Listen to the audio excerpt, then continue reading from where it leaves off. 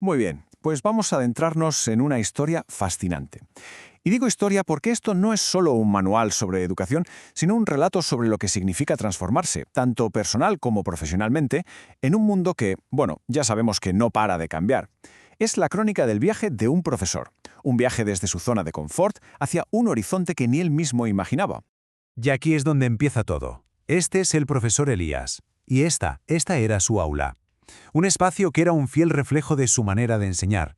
Todo ordenado, predecible, casi como si el tiempo se hubiera detenido ahí dentro. Un lugar donde el conocimiento parecía algo sólido, inamovible.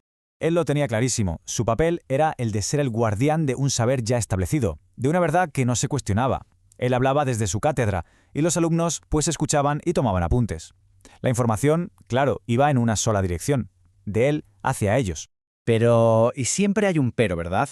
A pesar de lo cómodo que estaba en esa rutina, algo dentro de él empezó a hacer ruido. Una sensación, una inquietud de que quizás ese método tan seguro, tan de toda la vida, ya no servía para preparar a sus estudiantes para el mundo real. Y ahí, justo ahí, comienza su conflicto. Así que entramos en la primera fase de su viaje, que va precisamente de eso, de esa resistencia al cambio que es tan humana. Elías, en este momento, representa esa lucha interna contra la inercia, contra el siempre se ha hecho así. Y como en toda buena historia de transformación, aparece una mentora. En este caso es Elena, una compañera de trabajo. Ella se da cuenta de su angustia, de ese vértigo que siente Elías al mirar hacia lo desconocido y en vez de juzgarlo, le tiende la mano. Pero claro, para Elías, el simple hecho de aceptar esa ayuda ya era un paso de gigante. Esta frase es que lo resume a la perfección. Porque el problema no era solo aprender a usar un ordenador nuevo o una aplicación. No. El verdadero reto era emocional. Es ese miedo a soltar lo que te ha definido profesionalmente durante años, el pánico a no estar a la altura en lo nuevo. Y ahora sí, pasamos a la acción.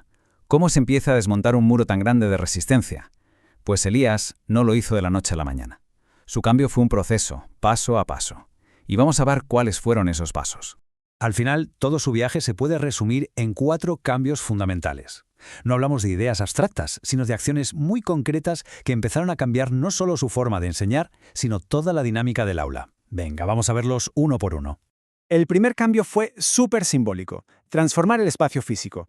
Con la ayuda de Gael, uno de sus alumnos, desmontaron las típicas filas de pupitres. Y esto fue mucho más que mover muebles. Fue romper con la idea de que se va a clase a escuchar en silencio.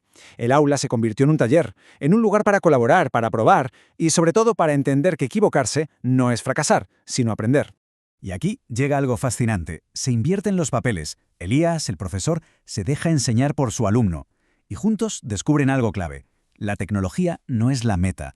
Es solo una herramienta, un medio para llegar a algo más importante. Aprender a buscar, a filtrar información, a crear y a hacerlo de forma crítica y segura. En este punto, Elena le introduce un concepto que para él fue una revelación, el entorno personal de aprendizaje, o PLE.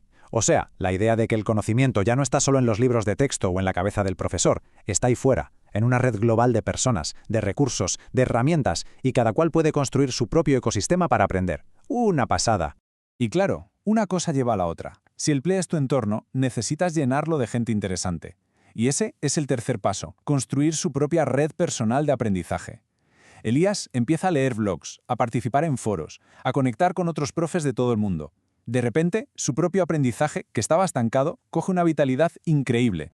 Y el último paso de esta etapa es fundamental, porque Elías se dio cuenta de que innovar no era solo usar cacharros nuevos, se trataba de hacerlo con responsabilidad.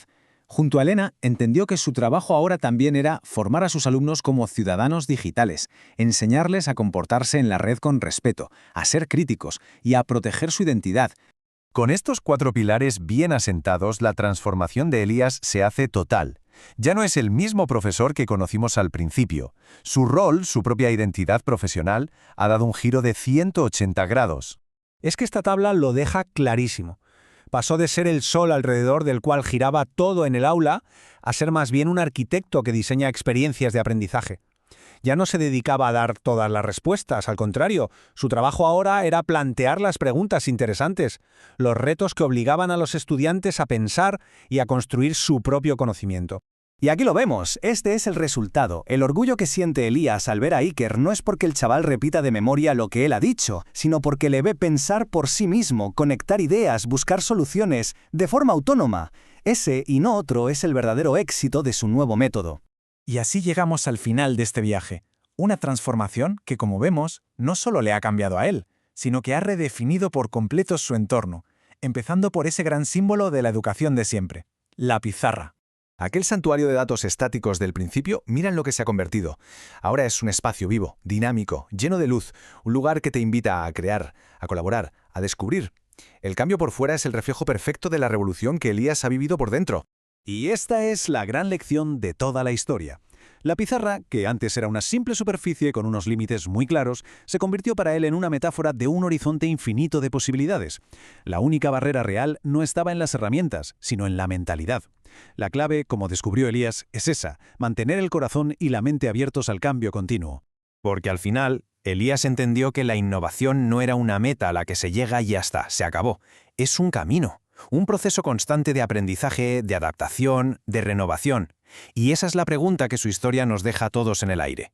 ¿Buscamos una solución mágica y definitiva o aceptamos que enseñar y aprender es en realidad un viaje que nunca termina?